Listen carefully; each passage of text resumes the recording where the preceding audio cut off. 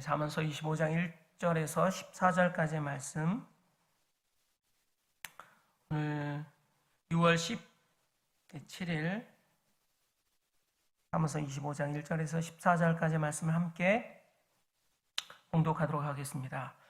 이것도 솔로몬의 잠언이요 유다 왕 히스기야의 신하들이 편집한 것이니라. 이를 숨기는 것은 하나님의 영화요 이를 살피는 것은 왕의 영화니라. 하늘의 높음과 땅의 깊음 같이 왕의 마음을 헤아릴 수 없느니라. 은에서 찌꺼기를 제하라. 그리하면 장색에 쓸만한 그릇이 나올 것이요 왕 앞에서 악한 자를 제하라. 그리하면 그의 왕위가 의로 말미암아 견고히 서리라. 왕 앞에서 스스로 높은 채 하지 말며 대인들의 자리에 서지 말라. 이는 사람이 내게 이리로 올라오라 말하는 것이 내 눈에 보이는 귀인 앞에서 저리로 내려가라 하는 말하는 것보다 나음이니라. 너는 서둘러 나가서 다투지 말라. 마침내 내 이웃에게서 욕을 보게 될 때에 내가 어찌할 줄을 알지 못할까 두려우니라. 너는 이웃과 다투거든 변론만 하고 남의 은밀한 일을 누설하지 말라. 듣는 자가 너를 꾸짖을 터이요 또 내게 대한 악평이 내게서 떠나지 아니할까 두려우니라. 경우에 합당한 말로 아로 새긴 은쟁반의 금사관이라. 슬기로운 자의 책망은 청종하는 귀에 금고리와 정금 장식이니라. 충성된 사자는 그를 보낸 이에게 마치 추수한 날의 얼음 냉수 같아서 능히 그 주인의 마음을 시원하게 하느니라. 선물한다고 거짓 자랑하는 자는 비 없는 구름과 바람 같으니라. 은에서 찌꺼기를 제거하라. 이와 같은 제목으로 오늘을 나누도록 하겠습니다. 어저께 잠언 24장은요 지혜의 말씀으로 새 힘을 얻기 위해서 하지 말아야 될 것을 이야기했습니다. 악인들의 실패를 기뻐하지 말고 악인들의 형통하는 것을 보고 분노하거나 부러워해서는 안 된다는 말씀이었습니다. 오직 달콤하게 먹는 말씀을 삶으로 보여주고 말로 들려주는 삶을 살아야 한다. 그런데 그것에 대한 문제는 꼭 보여주고 들려주다 보면 어느새 자기도 모르게 그 마음에 탐심과 교만이 잡초처럼 자라게 된다. 그렇기 때문에 부지런히 말씀으로 자신의 밭을 가꾸어야 하고요. 교만과 탐심이라는 잡초를 뽑아야 한다. 그래야만이 자신이 살고 이웃도 살 수 있다. 그런 말씀이 24장이었습니다. 오늘 말씀은요 아주 흡사한 말씀입니다. 은에서 찌꺼기를 없애야 순수한 공동체가 된다라는 것이죠. 그 찌꺼기는 자신을 높이는 교만한 마음입니다. 이러한 교만은 자신을 높이고 다른 사람의 믿음은 정죄하고 화내는 것입니다. 하지만 자신을 화나게 하는 사람들에게 인내하고 그들 앞에서 겸손히 엎드려 하나님의 지혜로 아래에 새긴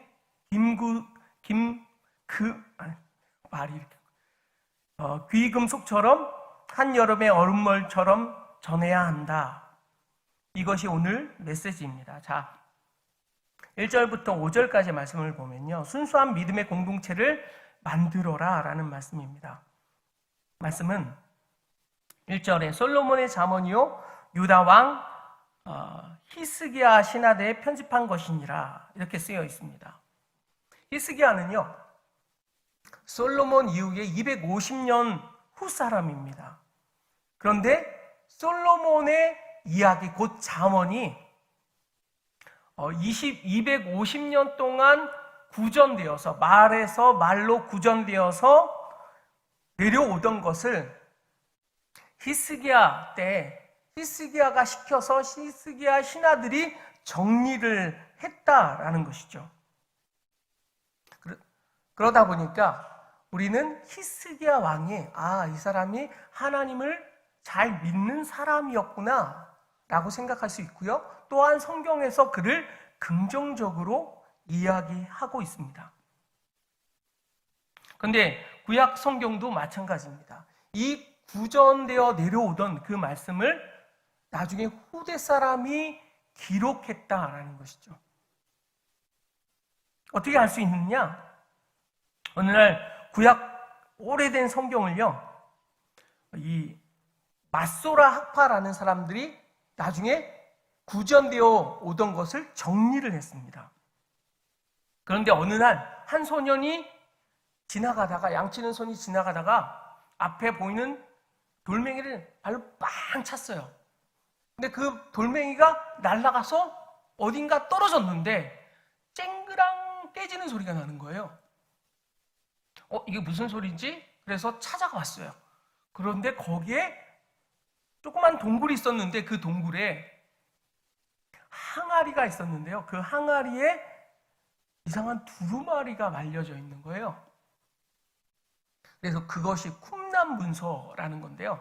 여러분이 보고 있는 성경을 발견했습니다. 신약 성경이나 구약 성경이었거든요. 아니, 구약 성경이었죠. 그러다 보니까 나중에 에세네파 사람들이 기록한 성경과 그 다음에 마소라 학파 사람들이 구전으로 내려온 성경을 대조해 봤습니다. 여러분, 말로 구전됐으니까 많이 틀렸을 것이다 우리는 생각할 수 있잖아요. 근데 비교를 해봤는데 거의 다름이 없는 거예요. 거의 다 일치하는 것, 거의 비슷하게 다 맞아 들어가는 것입니다. 그 말씀이 200년 동안 내려온 솔로몬의 구전되었던 그 잠언이 히스기야 때 편집되었다. 신하를 통해서 편집된 내용이 바로 오늘 말씀이라는 것이죠. 24장부터 쭉 되어지는 솔로몬의 제3 잠언이 오늘 말씀이라는 것입니다. 2절에 이를 숨기는 것은 하나님의 영광이요. 이를 살피는 것은 왕의 영환이라.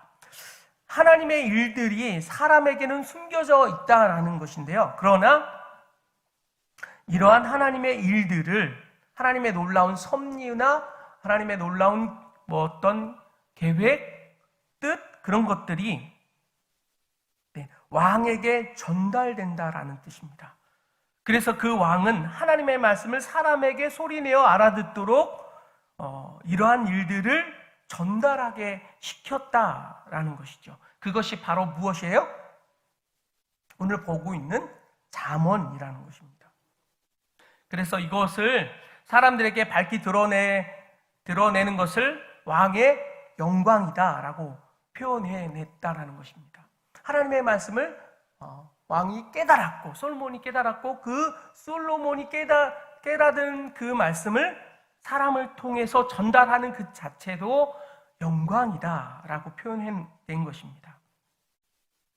3절에 하늘의 높음과 땅의 기쁨 같이 왕의 마음은 헤아릴 수 없느니라. 이 말씀은요, 하나님의 뜻이 높이와 깊이를 잘 알 수가 없다.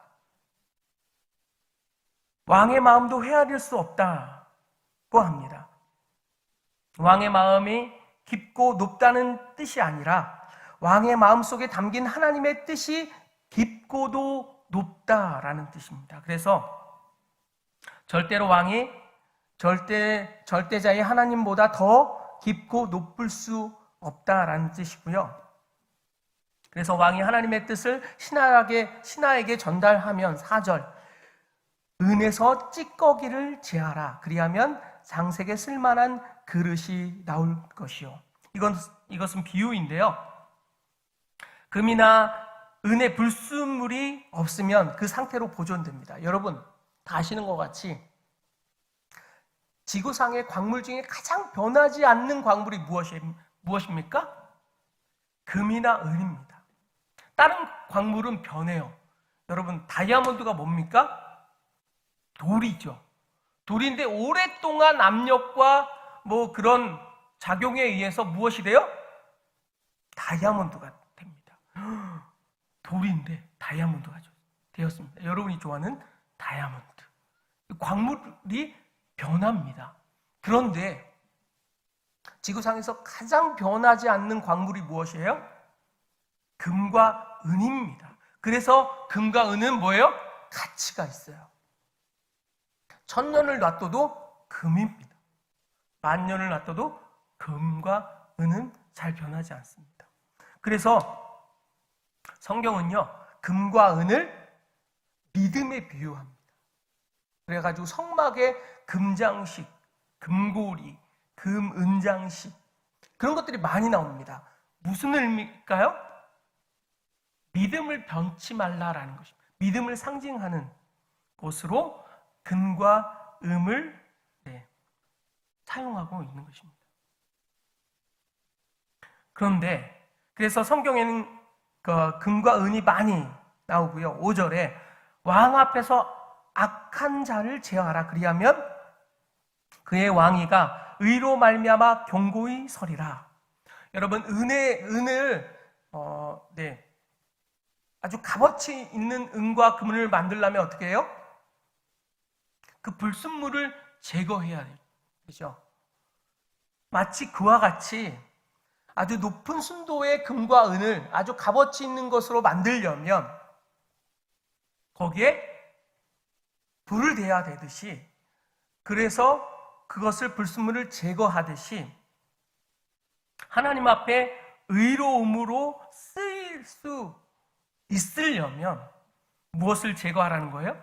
악한 것을 제거하라는 거예요. 또한 왕의 이 믿음의 공동체를, 왕이 다스리는 믿음의 공동체로 만들려면 무엇을 제거해야 되느냐? 악한 것을 제거해야 된다라는 것입니다.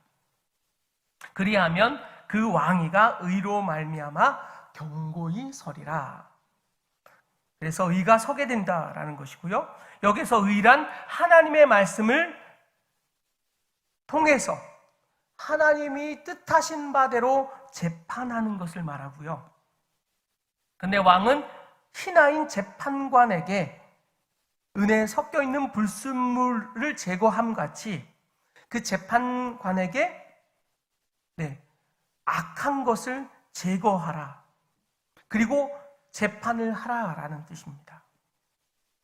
마치 잠언의 24장 24절 어저께 말씀드린 것과 같이 재판할 때 낯을 보아주는 것. 너의 얼굴이 이쁘니 너는 무죄. 너의 얼굴이 안 이쁘니까 너는 유죄. 이 24절의 말씀이었거든요. 너는 내가 아는 사람이니까 무죄. 너는 내가 모르는 사람이야. 유죄. 이렇게 하지 말라는 거예요.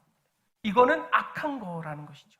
하나님의 말씀은 그것을 악한 거다라고 이야기하고 있다라는 것입니다. 이런 재판은 불순물이 된다는 것입니다.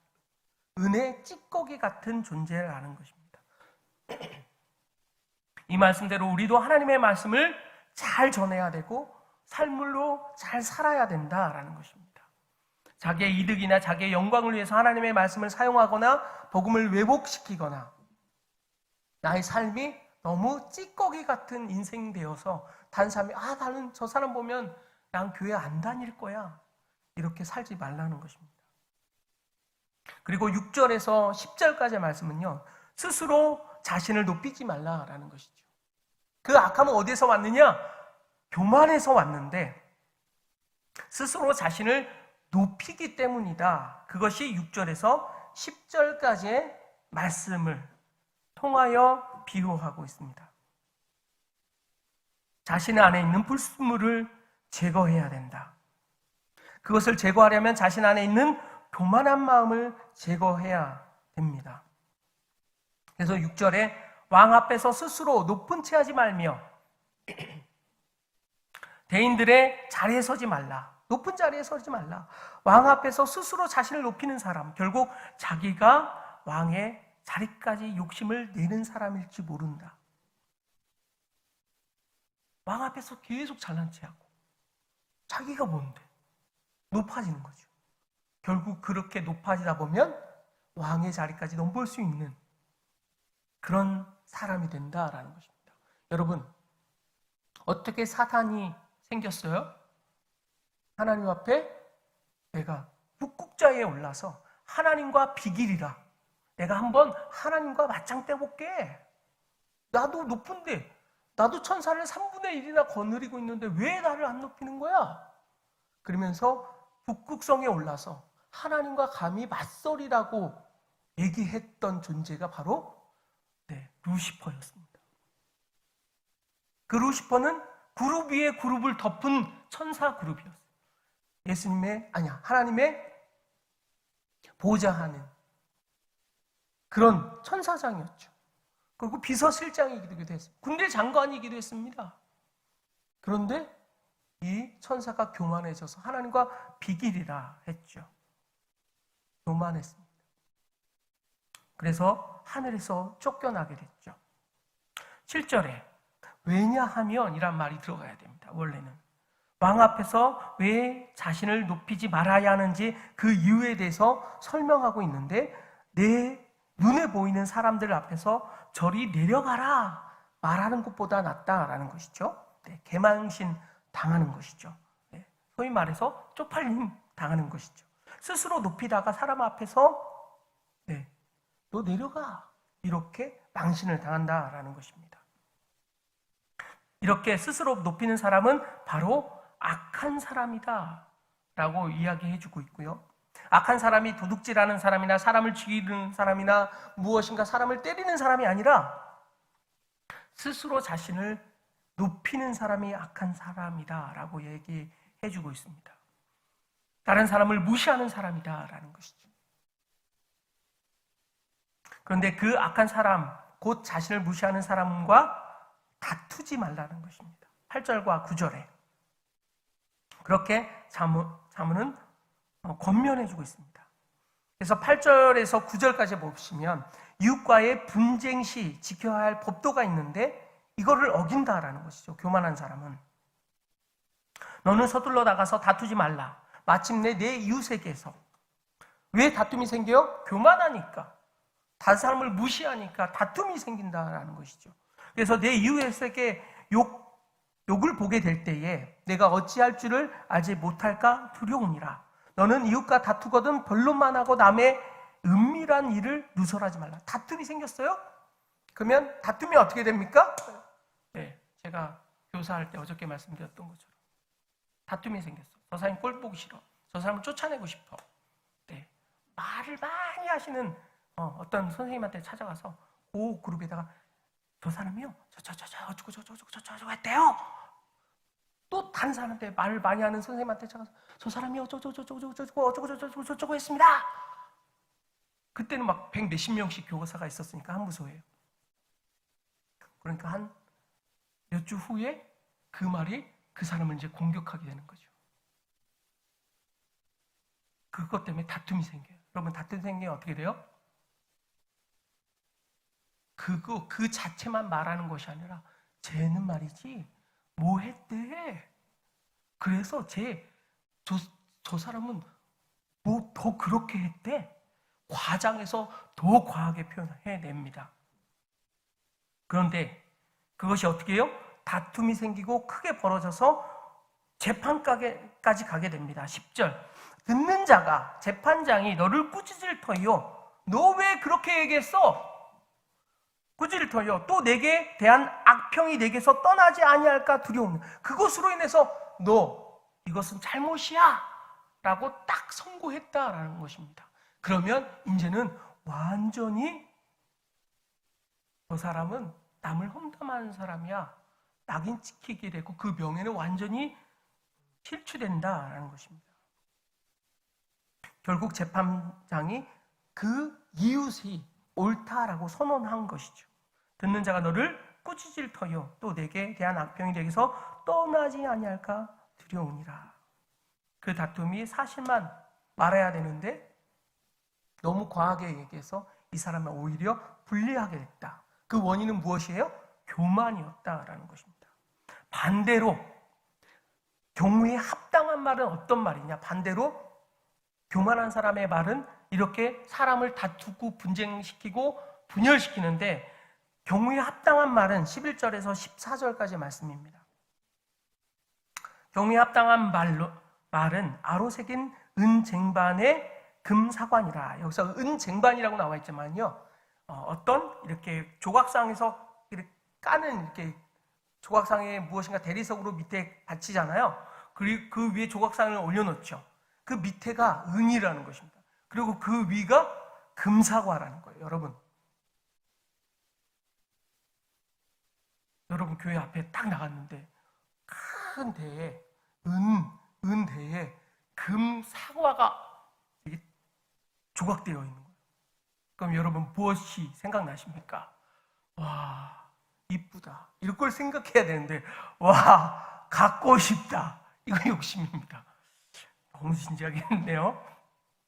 그런데 그와 같이 합당한 말은요, 보기에 좋고 와, 사람을 감탄하게 하고 영의롭게 한다는 것인데, 12절 슬기로운 자의 책망은 청종하는 귀의 금고리와 정금 장식이니라. 그에게 폐물처럼 갖게 되는 보화라는 것입니다.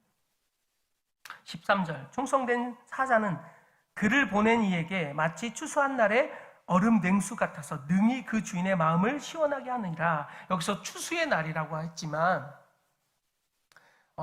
이스라엘의 추수는요, 여름입니다. 5월과 6월. 그런데 그 여름에 비가 오지 않습니다. 너무 더워요. 그런데 얼음 냉수 같다라는 말씀은 무엇이냐? 그 팔레스타인 땅에 그 더운데 5월과 6월은 비도 안 하고 너무 덥고 추수하는데, 그런데 헬몬산에는요 눈이 있습니다. 그 눈을 주인을 바치기 위해서 지게를 메고 가서 주인에게 바치기 위해서 그 얼음을 꽁꽁 엄청나게 잘 쌉니다. 그리고 그걸 가지고 내려와요. 그럼 당연히 얼음인데, 그다음에 여름에 하니까 얼마나 그거를 잘 녹겠어요. 그러려면 어떻게 해요? 그 얼음을 자기 주인에게 바치려면 더 얼음을 크게 쌓아야 되겠죠. 그러니까 얼마나 무겁겠어요. 그거를 막 땀을 흘리면서 힘들게 가지고 와서 주인에게 바친다는 거예요. 희한한, 추수하는데 너무 더운데 그 얼음을 가져와서 그 얼음으로 사용한 음식과 그 물을, 냉수를 주인에게 바치는 자와 같다. 좋은 말을 하는 사람은, 경우에 맞는 얘기를 하는 사람은 그와 같다라는 것입니다. 슬기로운 자, 학함, 슬기롭다, 지혜로운 자라는 뜻이거든요. 그런 사람과 같다라는 것입니다. 또한 충성된 자는 그런 역할을 하는 사람이다. 그래서 선부를 한다고 거짓 자랑하는 자는 비 없는 구름과 바람 같으니라. 너무 더운데 구름은 또 오는데 비를 내리지 않는, 바람은 부는데 시원한 바람이 아닌 그런 나 같다는 것입니다. 거짓 자랑하는 자는. 그래서 우리는 뭐예요? 올바로 말하는, 그 잠언을 올바르게 전달할 수 있는 우리가 전달자가 되어야 한다라는 사실입니다. 기도하겠습니다.